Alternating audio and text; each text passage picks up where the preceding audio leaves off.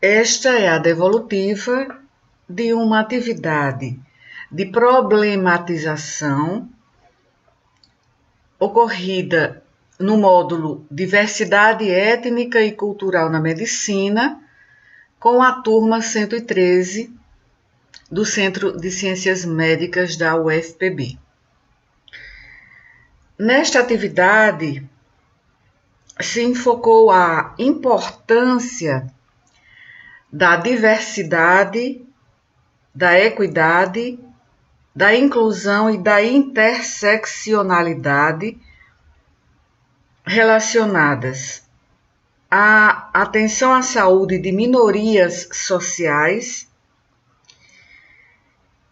permeando a discussão de determinantes sociais e disparidades em saúde em grupos minorizados socialmente, que são chamados de minorias sociais.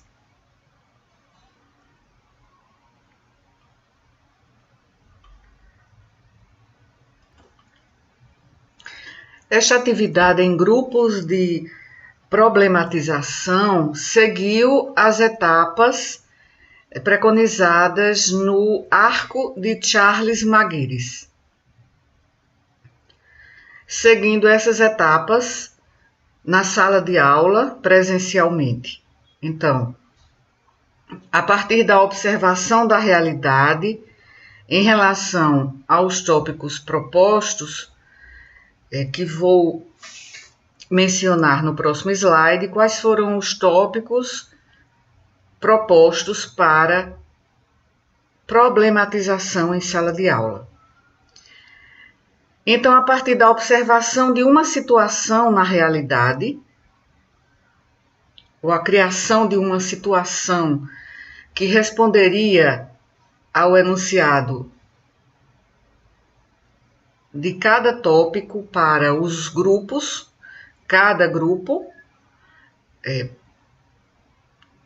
teve um tópico para desenvolvimento como problematização. Então, depois de considerar a situação problema, a partir deste tópico, passar para a definição de pontos chaves e refletir sobre os principais fatores ou os possíveis fatores e determinantes do problema proposto e definindo os pontos-chave do estudo que será feito como uma pesquisa pelo grupo, por cada grupo. Depois, a teorização, que a partir desses pontos-chave, os alunos de cada grupo partiram para uma pesquisa, uma busca online, e essa pesquisa por estudos, por ensaios teóricos, por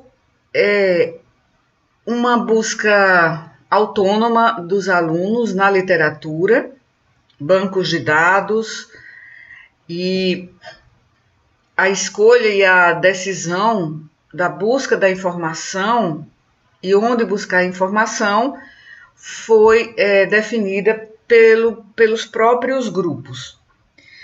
E então, depois dessa teorização, com conhecimento a respeito do tópico proposto em cada grupo, os alunos passaram para essa outra fase, que foi a de elaboração de hipóteses de solução para o problema.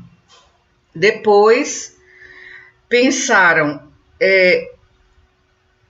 em hipóteses de solução para o problema, naquele problema que foi formulado, e com retorno à realidade investigada, né? Então, a aplicação de hipóteses de solução para aquele problema que foi colocado. Então, o Arco de Maguires se caracteriza por ser uma metodologia de problematização, cuja estratégia de ensino-aprendizagem possibilita a interação entre alunos em grupos e o professor, dando a oportunidade da construção e reconstrução de conceitos e o compartilhamento também de vivências. E nesse contexto, os participantes são instigados a refletir sobre as experiências e percepções reformuladas na realidade, ou seja, com aplicação na realidade. Essa atividade foi realizada no dia 14 de março de 2022, em sala de aula. Foi uma das primeiras atividades presenciais no nosso curso de medicina, na UFPB. E a turma de 27 alunos formou 5 grupos, 4 de 5 alunos e 1 de 6. Na prática, no dia da aula, a turma formou 4 grupos e cada grupo elegeu um líder e um ou mais relatores para a apresentação do grupo do resultado dos grupos de trabalho ao final dessas fases aqui do Arco de Magueires. Então, essa foi a dinâmica seguida. As situações propostas para 5 grupos foram as seguintes. O grupo 1 deveria problematizar a questão de minorias sociais na saúde, na atenção à saúde. O grupo 2 deveria problematizar a questão da interseccionalidade também no contexto da saúde. O grupo 3 deveria formular e estudar a solução e teorizar sobre a situação problema 1, equidade e inclusão sem diversidade. O grupo 4, com a situação problema 2, inclusão e diversidade sem equidade. E o grupo 5, a situação problema 3, equidade e diversidade sem inclusão. Então, essa quinta situação não se concretizou porque foram formados 4 grupos, considerando também que 4 alunos foram transferidos ou se transferiram para outras instituições de ensino superior e não estavam mais fazendo parte da turma 1 de diversidade étnica e funcional, diversidade étnica e cultural na medicina.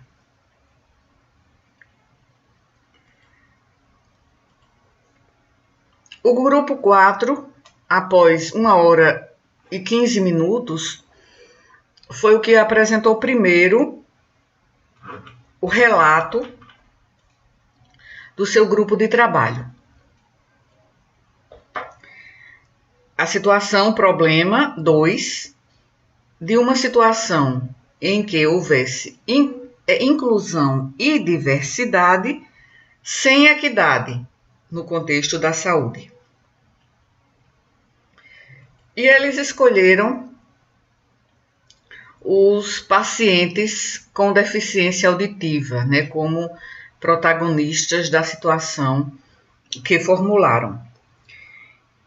Comentaram que a principal barreira à comunicação para pessoas com deficiência auditiva é a falta de consideração por parte dos outros. Esses pacientes podem enfrentar doenças prolongadas ou desnecessárias, ou que começa a ser avaliada e tratada tardiamente, devido à comunicação inadequada com os seus profissionais de saúde.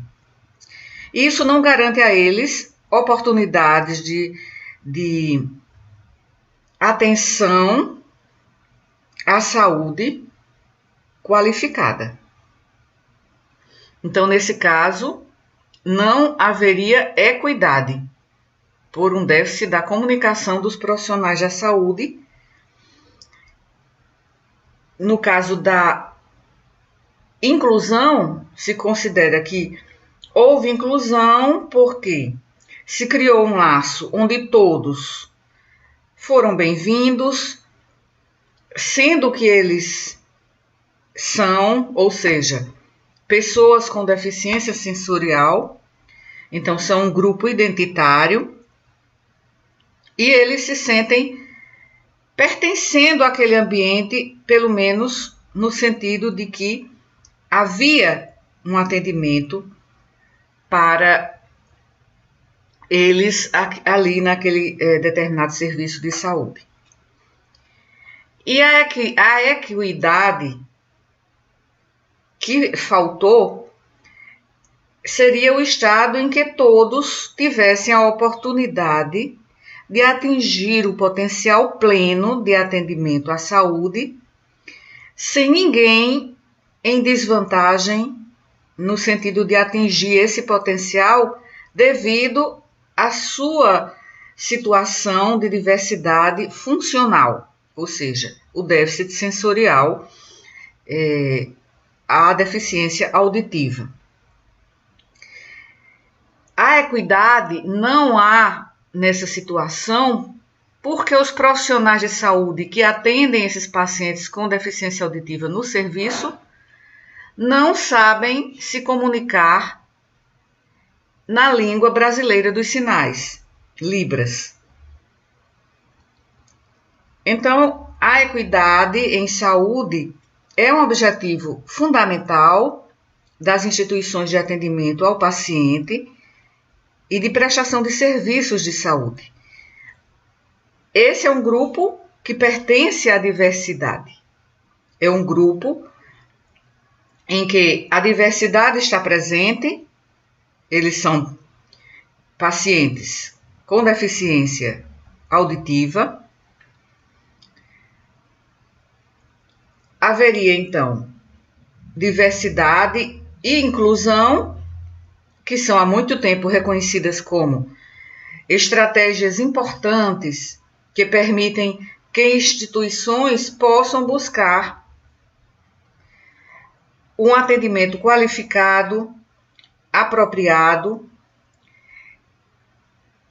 e para que aqueles pacientes que têm um quadro de diversidade funcional, ou seja, o déficit auditivo, possam atingir a inclusão. Então, sem equidade, será que haveria inclusão? É o que os alunos do grupo 4 mencionaram.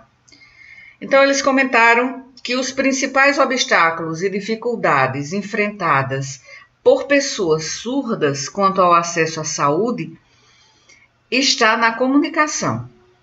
As dificuldades são principalmente em relação à barreira comunicacional existente entre ouvintes, os profissionais da saúde, e pessoas com deficiência auditiva que estão sendo atendidos como usuários em determinado serviço de saúde.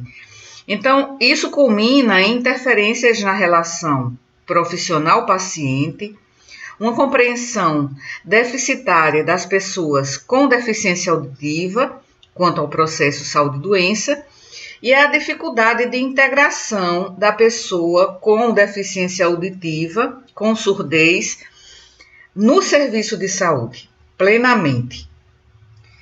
Então, na maioria dos estudos que os alunos encontraram ou puderam acessar na sua teorização, eles encontraram que as dificuldades enfrentadas pelas pessoas com surdez quando buscam atendimento em saúde são realmente ligadas à comunicação, pelo desconhecimento da língua brasileira de sinais, a Libras, por grande parte dos profissionais de saúde.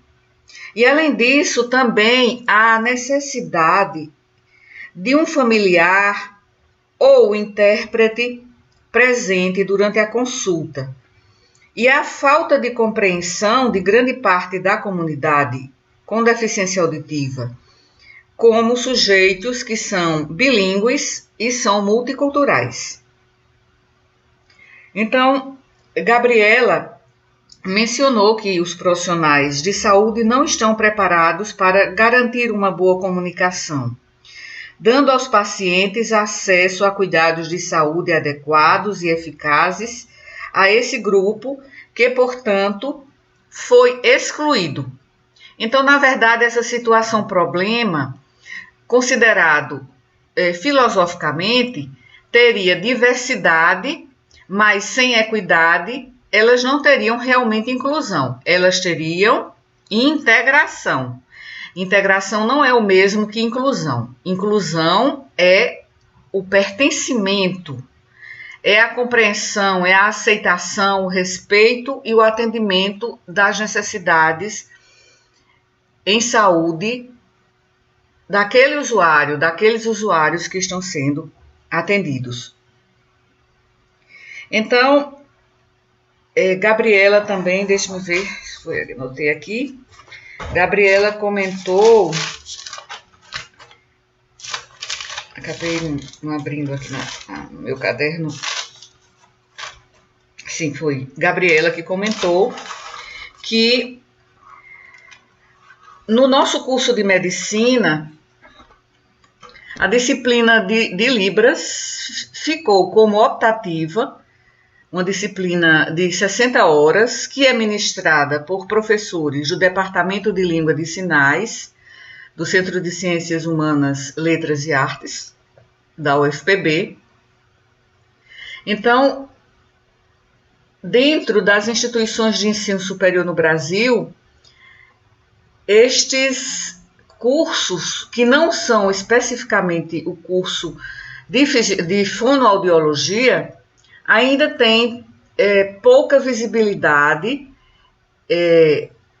em relação aos problemas de pacientes com deficiência auditiva, reduzindo cada vez mais sua inclusão nos serviços de saúde. Então, na Universidade Federal da Paraíba, como a disciplina que é ofertada pelo Departamento de Letras Estrangeiras Modernas, do Centro de Ciências Humanas, Letras e Artes, é uma disciplina cuja demanda de discentes para a realização é efetivamente grande, tendo em vista que muitos departamentos de toda a universidade buscam pela sua oferta, e isso muito provavelmente vai dificultando o atendimento a todos os centros solicitantes, como é o caso do nosso Centro de Ciências Médicas.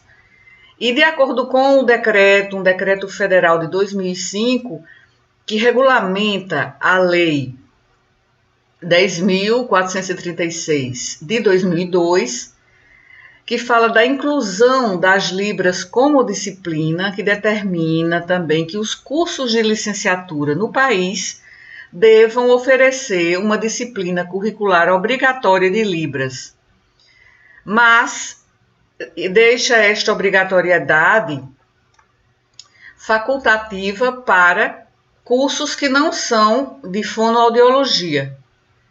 Então, outros cursos que não de fonoaudiologia deveriam ter essa disciplina como optativa. Depois, Júlia mencionou que há práticas, ou melhor, ela disse o seguinte, que há políticas, mas não há práticas para o grupo de pessoas com deficiência auditiva, visual, mas aqui está sendo enfocado pessoas com deficiência auditiva, e falta também, em correspondência com esse problema, capacitação de profissionais da saúde para atendimento a esse grupo. Então, surdez implica em diversidade, a qual, por sua vez, deve ser reconhecida, compreendida e respeitada, senão esse grupo vai ser excluído, e é um grupo que já é historicamente excluído do meio social de uma forma geral. Então, ela quis dizer que, embora o Brasil possua leis que orientem sobre a obrigatoriedade do atendimento e tratamento adequados à pessoa com surdez, o fato é que a acessibilidade dessas pessoas, bem como de pessoas com outros tipos de deficiência, aos serviços de saúde no Brasil ainda é precária. E a pessoa com surdez tem maior dificuldade de interação e impedimentos de comunicação nos serviços de atendimentos de saúde pela escassez de profissionais que conhecem e usam a Libras. Então, essas barreiras à comunicação da pessoa com deficiência auditiva existe na prática, apesar das leis e decretos existentes no nosso país. Então, a ausência do uso da Libras pelos profissionais de saúde fragiliza a comunicação da pessoa com deficiência auditiva e também implica em inacessibilidade aos serviços de saúde, inacessibilidade efetiva, prejudicando a qualidade do atendimento prestado. Júlia lembrou também que, a partir de 2006, o atendimento às pessoas com surdez na rede de serviços do Sistema Único de Saúde, bem como nas instituições, não é, de um modo geral da sociedade brasileira, seja realizado por profissionais capacitados para o uso de Libras ou para a sua tradução e interpretação. Então, há diretrizes nacionais para o cuidado multiprofissional às pessoas com deficiência auditiva, na rede de cuidados às pessoas com deficiência, mas, como Júlia também mencionou, esse acompanhamento dessas pessoas, por exemplo, no caso do paciente que faz implante coclear, tem geralmente o acesso e adesão à terapia fonoaudiológica para a sua habilitação adequada, a sua reabilitação auditiva, e que esse acompanhamento deve estar presente, deve existir na região de origem, porque muitas vezes o paciente realiza o implante coclear, volta para a sua cidade e não tem o acompanhamento necessário.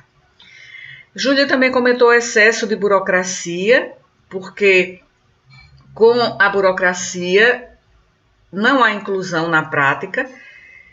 Além dos atendimentos relacionados ao acompanhamento, também é muito importante que todo usuário de implante coclear, seja ele adulto ou criança, faça também a terapia fonoaudiológica em sua cidade, a cidade onde mora, e que seja um atendimento que atenda às necessidades de cada paciente.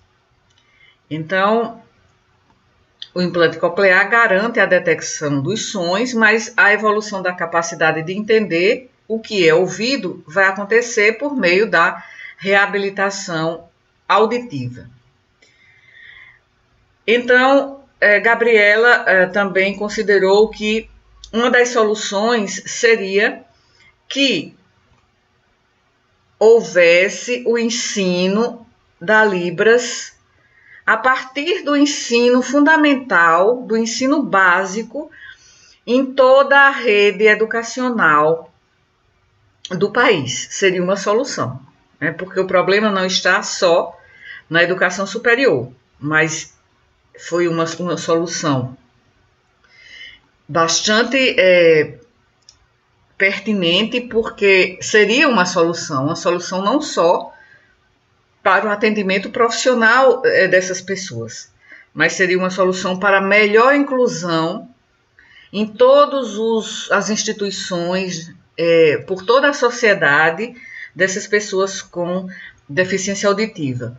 E Ricardo falou também que, nesse caso do déficit de formação profissional na saúde, ele colocou que, para uma solução possível também. Para um problema complexo como esse, é importante que a educação permanente em saúde fosse praticada pelas equipes de saúde, de todos os serviços. Então, torna-se emergente esse problema e os profissionais da saúde precisam estar em constante formação, em constante educação, como é afirmado na própria política nacional da educação permanente em saúde. Então, ela acontece no cotidiano, né? Deveria acontecer no cotidiano das pessoas, dos profissionais e das organizações. Então, Ricardo também destacou a questão da confidencialidade na relação médico-paciente de pessoas com deficiência auditiva. Porque a presença de um intérprete em determinadas situações, onde se leva em consideração os conhecimentos e as experiências que as pessoas possuem, faz com que o profissional não ter a possibilidade de se comunicar diretamente com o paciente, a presença do intérprete em determinadas situações pode, por um lado, melhorar a comunicação entre médico e paciente com surdez, mas a presença deste intérprete durante a consulta o torna comprometido com o sigilo profissional ali entre médico e paciente. Portanto, se esse sigilo não for levado na prática, né, com toda a importância que ele representa, esta pessoa com surdez poderia estar exposta, não é, ao que está tipificado no Código Penal brasileiro, que seria a violação do sigilo médico-paciente. Então, o grupo 4 apresentou de uma maneira excelente, de uma maneira, né, bastante proficiente, o desenvolvimento deste tópico proposto para discussão por meio da problematização. Em seguida, o grupo 1 apresentou o resultado do seu grupo de trabalho, que teve como proposta a problematização de minorias sociais na saúde. Então, eles escolheram a saúde da população indígena, a população indígena como minoria social. Então, Lorena começou comentando que há muitos grupos minorizados socialmente. Entre esses muitos grupos, a sua equipe escolheu enfocar a população indígena por sua invisibilidade social. Então, o grupo definiu minorias sociais, né, como grupos marginalizados dentro de uma sociedade devido aos aspectos econômicos, sociais, culturais, físicos ou religiosos. Porém, o termo não deve ser associado a grupos em menor número em uma sociedade. Porque quando se fala de minoria, se pensa na questão quantitativa. Mas minoria se refere a um controle social por parte de um grupo majoritário sobre os demais. E isso independentemente da quantidade numérica desses grupos identitários minorizados. Então, o conceito de minoria social diz respeito, nas ciências sociais, a uma parcela da população que se encontra de algum modo marginalizada, ou seja, excluída do processo de socialização de uma forma geral. E isso inclui o acesso a um atendimento em saúde de qualidade e culturalmente competente. Então, são grupos que, em geral, são compostos por um número grande de pessoas. Na maioria das vezes, são a maioria absoluta em termos quantitativos, mas que são excluídos por questões relativas à classe social e a várias outras questões, principalmente a origem étnica, nesse caso aqui da população indígena, e entre outras razões socioeconômicas. Então, a equipe mencionou que as poucas investigações acerca da mortalidade infantil entre os indígenas que o próprio grupo encontrou durante a atividade de problematização têm destacado que a redução das taxas de mortalidade desta população não acontece com a mesma velocidade e magnitude observadas para o restante da população brasileira. E, de modo geral, o grupo mostrou que os estudos sobre a dinâmica demográfica dos indígenas, embora venham se expandindo, mas as características da mortalidade infantil indígena permanecem pouco conhecidas. Então, no tocante às desigualdades em saúde, ou a iniquidade em saúde, é importante avançar no sentido de se buscar investigar padrões segundo o fator étnico, relacionando esses padrões com estratificações geográficas específicas e relevantes. E a existência das desigualdades étnicas e raciais deixa esses grupos étnicos dependentes de um olhar diferenciado nos serviços de saúde, haja vista a forte discrepância nos fatores que contribuem para o adoecimento da criança indígena e seu índice de mortalidade. E aí, o grupo mencionou que no Brasil, crianças indígenas apresentam elevados riscos de morrer antes de completarem 1 ano de idade. E que 40% da mortalidade indígena são de crianças indígenas. De acordo com os dados obtidos por eles nessa sua busca, nessa teorização, em todas as regiões brasileiras, os indígenas possuem as taxas de mortalidade infantil mais elevadas do que nos outros segmentos populacionais, enquanto os não indígenas apresentam uma taxa de mortalidade infantil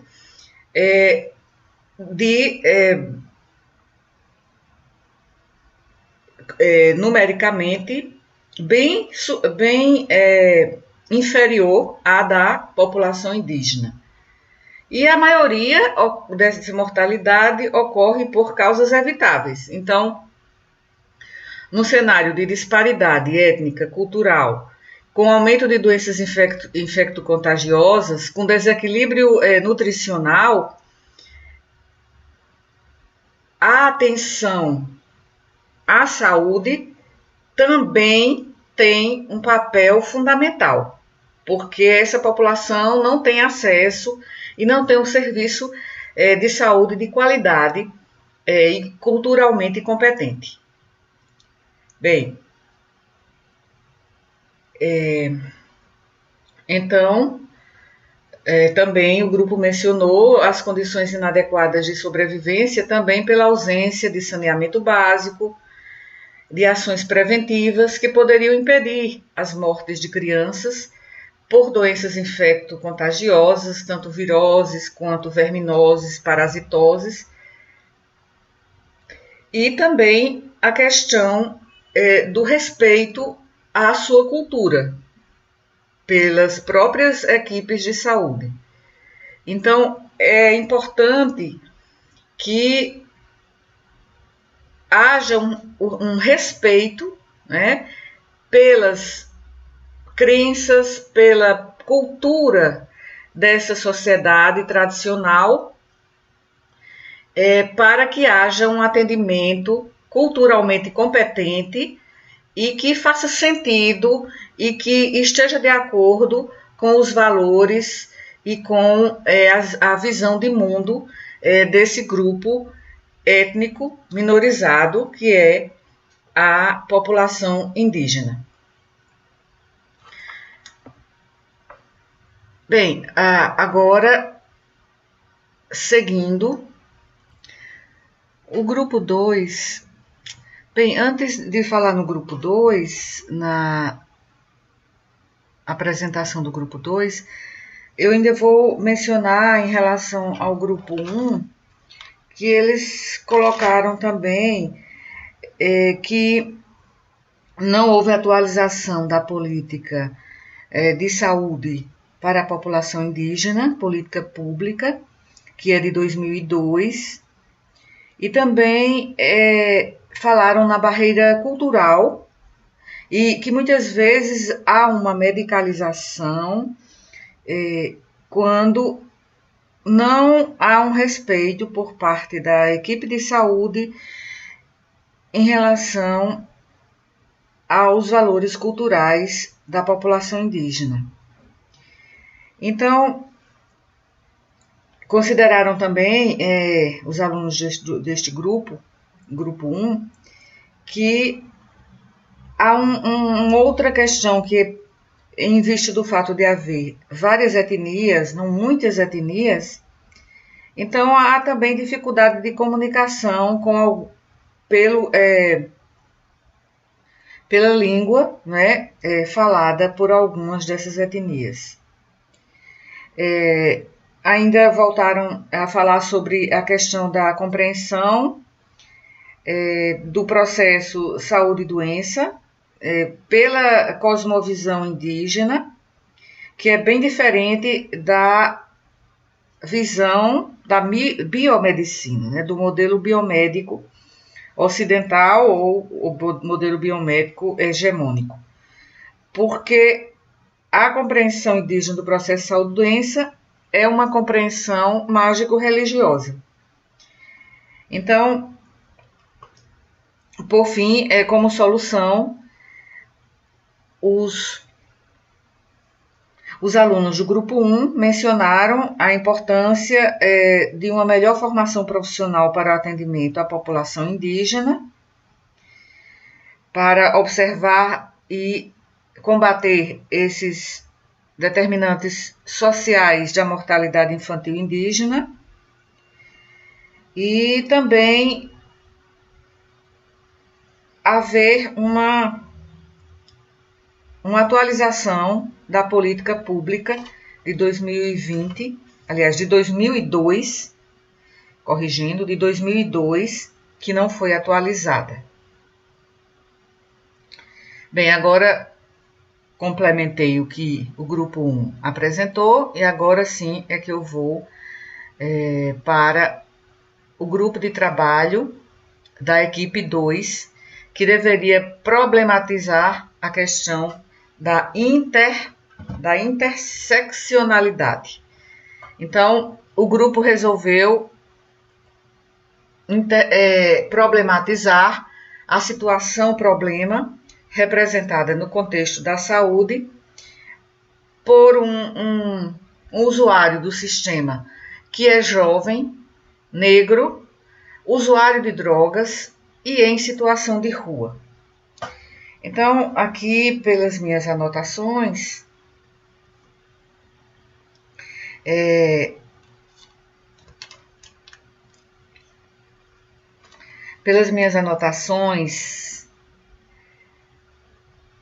eles mencionaram uma situação em que o agente comunitário de saúde levou a unidade básica da estratégia de saúde da família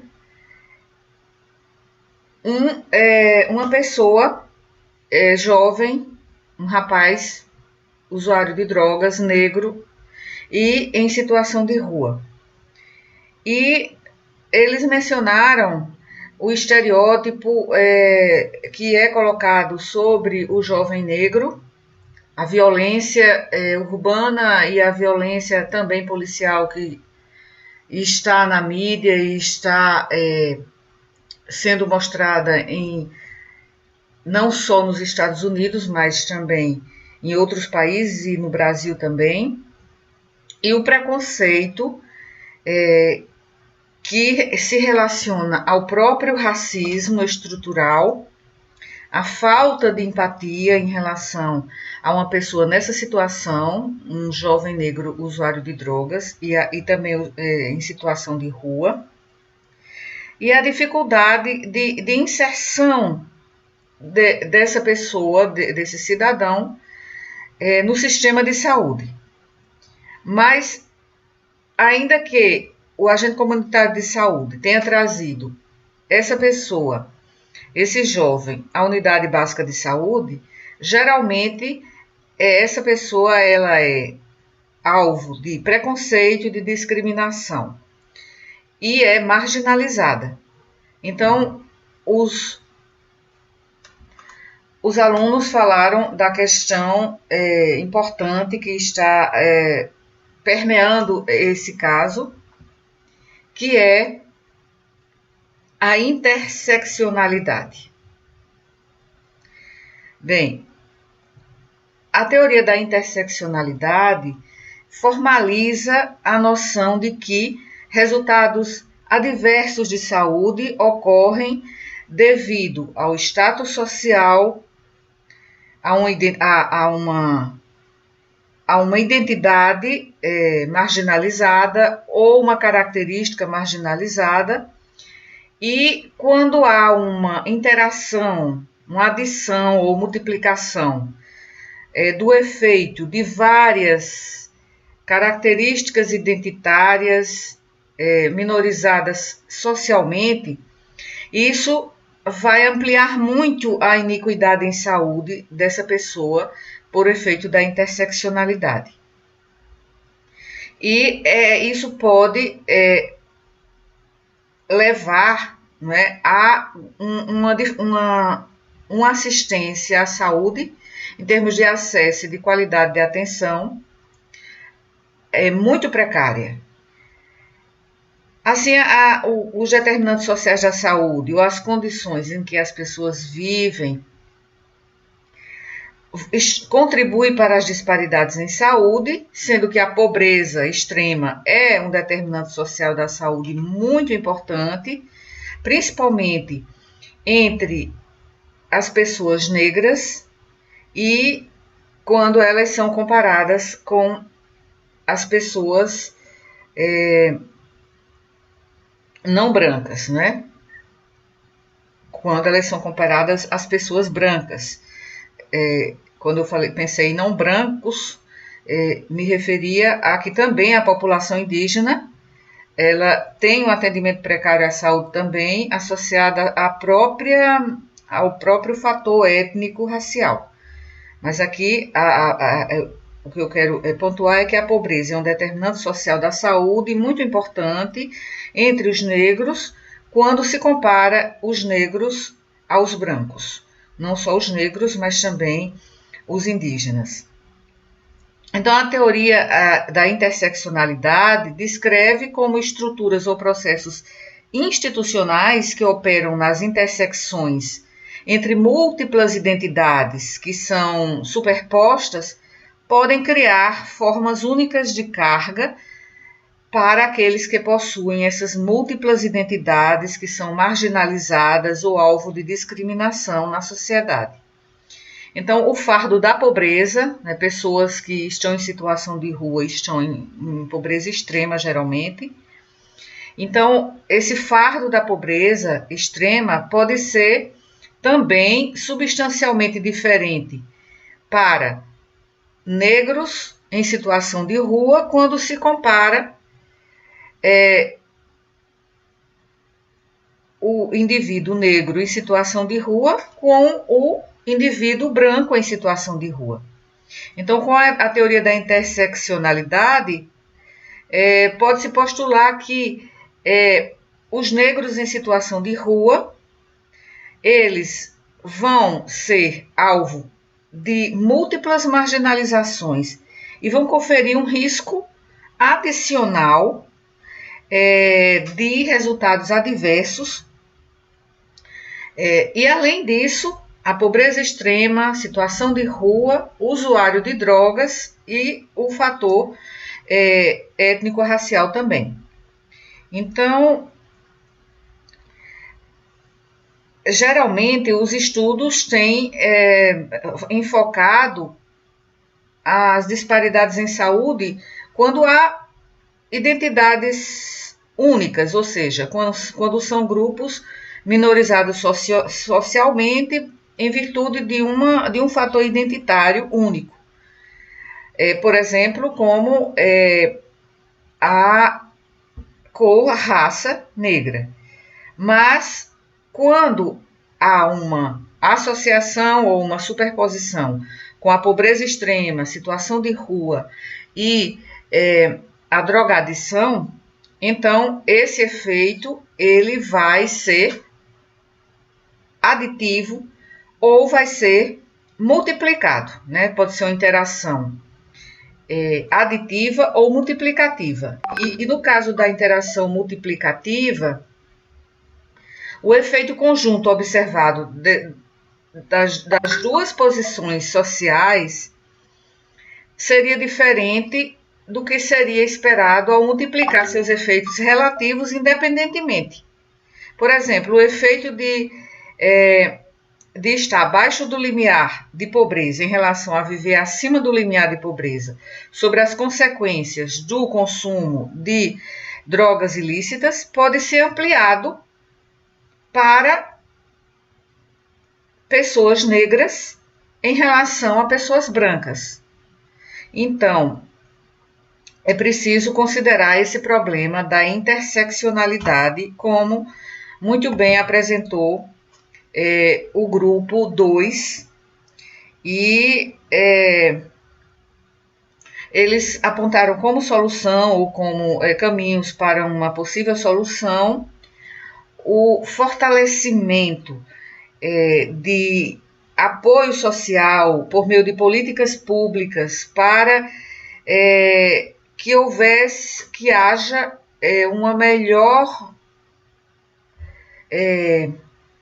um melhor acolhimento, né, em todos os sentidos para essa pessoa com essas características identitárias superpostas que faz com que haja uma multiplicação das disparidades em saúde resultantes. E também apontaram a educação permanente em saúde para os profissionais da área como uma forma, um caminho para se obter também uma melhor atenção para essas pessoas com interseccionalidade, como o exemplo que foi colocado na situação problema pelo grupo 2.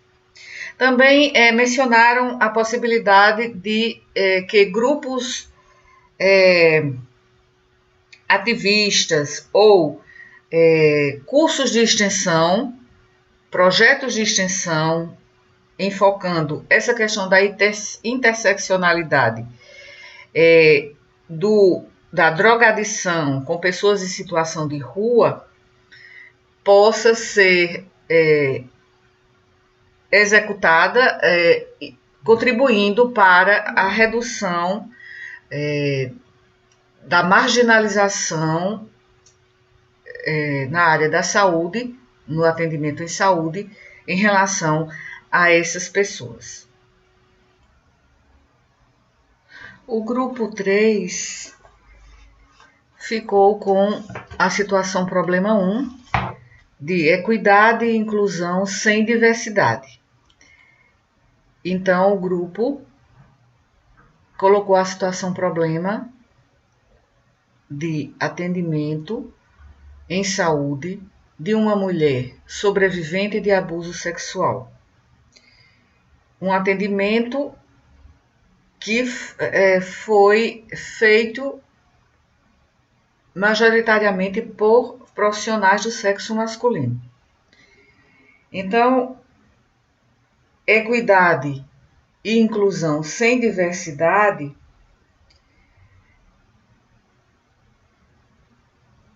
foi exemplificado por essa situação. Então, eles mencionaram, os alunos do grupo 3, reportando o tema de um episódio, né, da série de televisão Grey's Anatomy, de uma mulher vítima ou sobrevivente de violência sexual, e a equipe de saúde que a atendeu no hospital não era uma equipe diversa.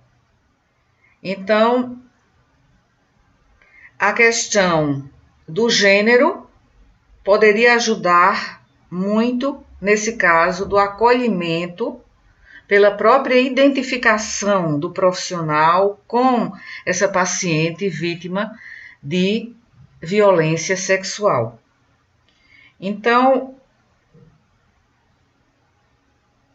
o grupo colocou que é preciso que sejam respeitados os fundamentos, os princípios do cuidado a essa pessoa sobrevivente de violência sexual.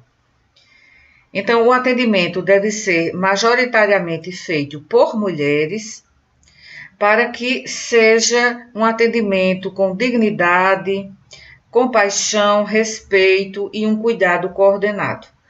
Mas aí transpuseram essa situação para o nosso Sistema Único de Saúde, e que dificilmente ocorreria esse tipo de atendimento com uma equipe de saúde apresentando diversidade, nesse caso, um atendimento feito sobretudo por profissionais do gênero feminino, e que pudessem prestar uma atenção, né, que fosse centrada na pessoa dessa mulher sobrevivente de violência sexual. Então, deveria haver um serviço de atendimento específico para esta sobrevivente de violência sexual. E não um atendimento padronizado. E isso vai diminuir muito a qualidade do cuidado que é proporcionado a esses pacientes, essas mulheres que são vítimas de violência sexual. Então, ela geralmente é atendida por pessoas, profissionais de saúde, do gênero masculino. Ela vai se sentir intimidada, né? E provavelmente vai se sentir humilhada, indigna, e não vai ter o acolhimento necessário. Então, eles também mencionaram um protocolo de atendimento que é feito no Distrito Federal, em Brasília, e que mostra que consiste, não é, no atendimento, um atendimento que preserva, né, a dignidade e o acolhimento dessas pessoas sobreviventes de violência sexual, um atendimento multidisciplinar e sem perguntas de natureza pessoal, né, sem culpabilização da pessoa que, na verdade, foi vítima e é sobrevivente dessa violência, e muitas vezes com a sensibilidade de perceber que muitas vezes o acompanhante desta paciente é, na verdade, o seu algoz, ou então é uma pessoa que, mesmo sendo da família, pode ser conivente. Então, um protocolo que seja multidisciplinar, interdisciplinar, voltado para o atendimento dessa pessoa, teria muito mais chances, né, de ser, claro, teria todas as chances de proporcionar uma atenção centrada na pessoa e uma atenção de qualidade para essa pessoa, né, que veio em busca de ajuda, veio em busca também de recuperação dessa situação de violência contra a mulher.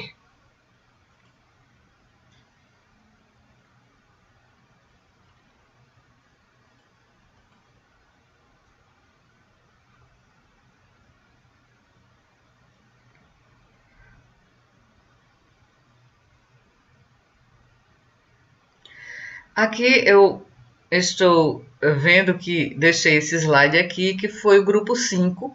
O grupo 5 não ocorreu na nossa aula, porque houve uma diminuição de alunos, né, por transferência para outras universidades, e aí se formaram apenas 4 grupos. Essa situação, problema 3 do grupo 5, seria uma situação em que houvesse equidade e diversidade sem inclusão, que seria uma situação até mais, não fácil, mas uma situação menos complexa para formular por meio de uma situação problema que representasse essa questão, essa falta de inclusão em uma situação em que se pretende oferecer equidade e diversidade. Né? Então, essa situação de equidade e diversidade sem inclusão,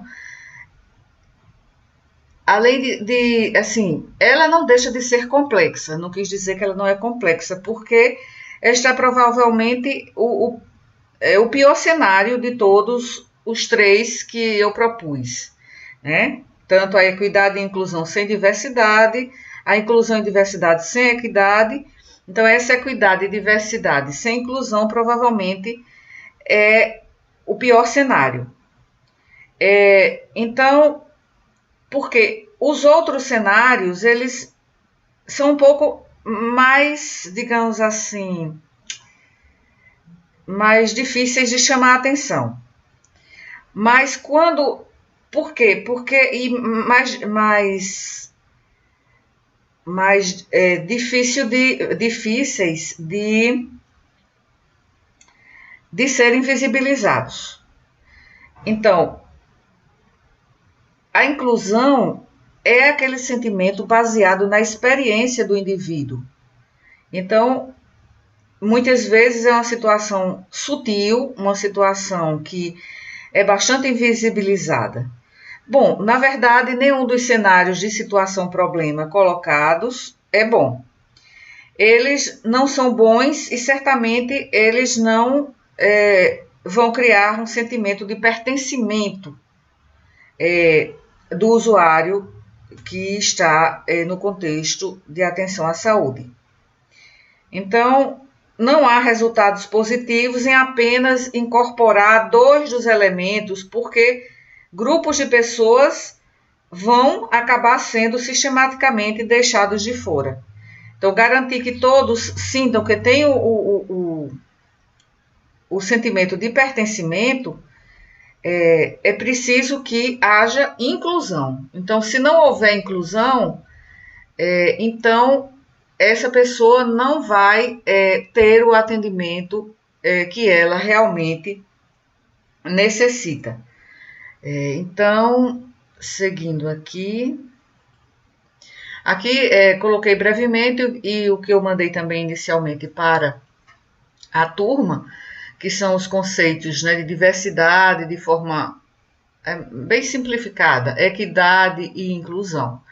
A diversidade é quando há diferenças, né, e que todo mundo está ali contemplado ou considerado.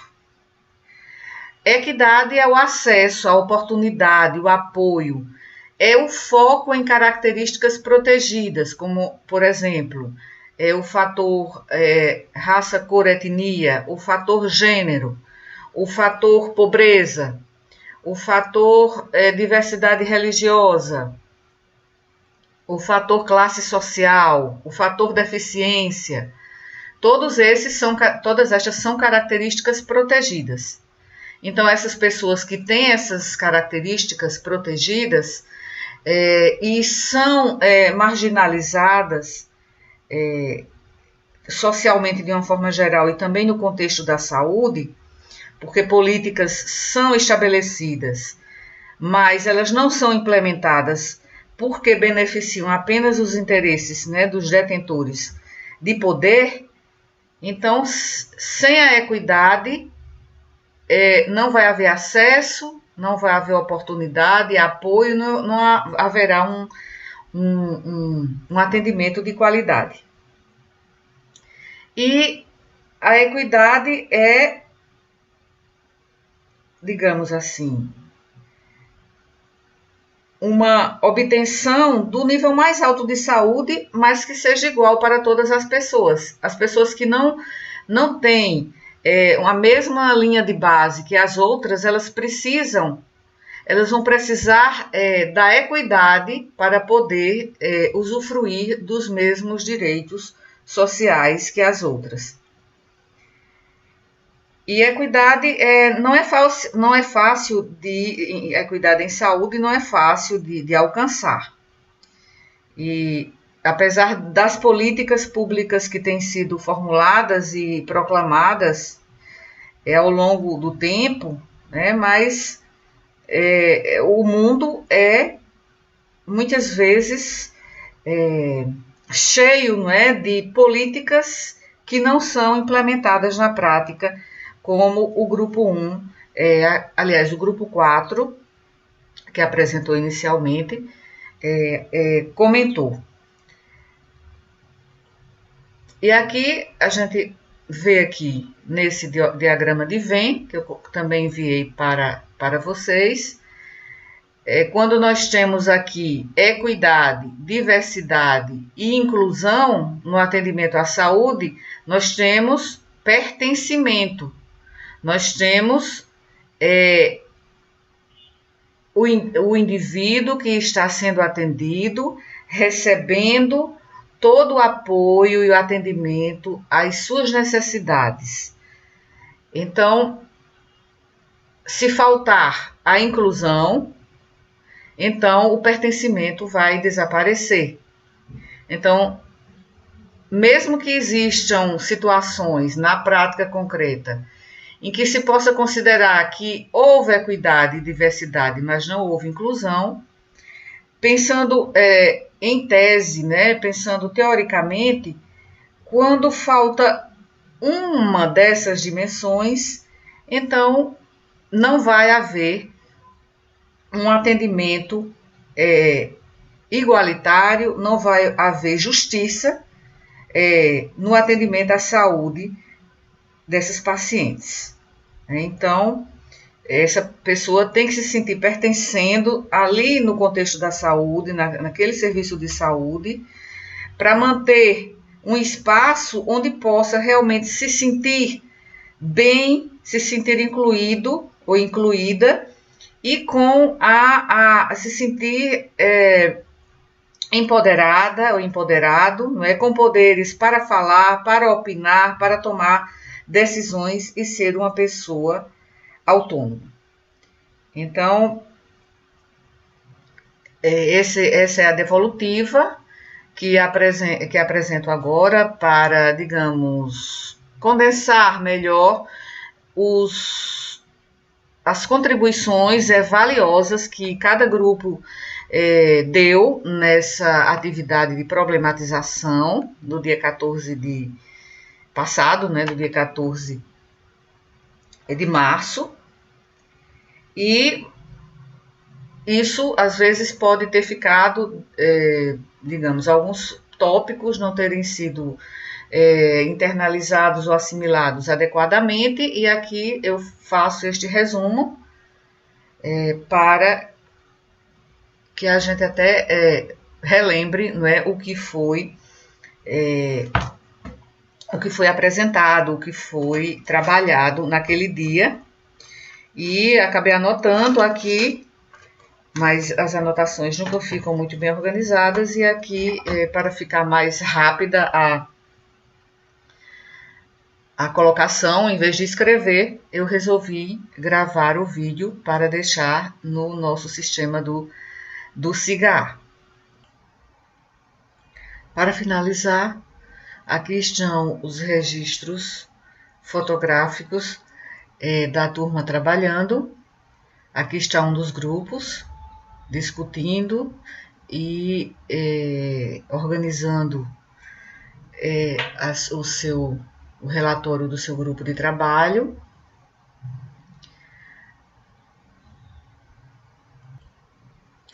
Aqui o grupo, este aqui é o grupo 4, também na fase de discussão da situação proposta.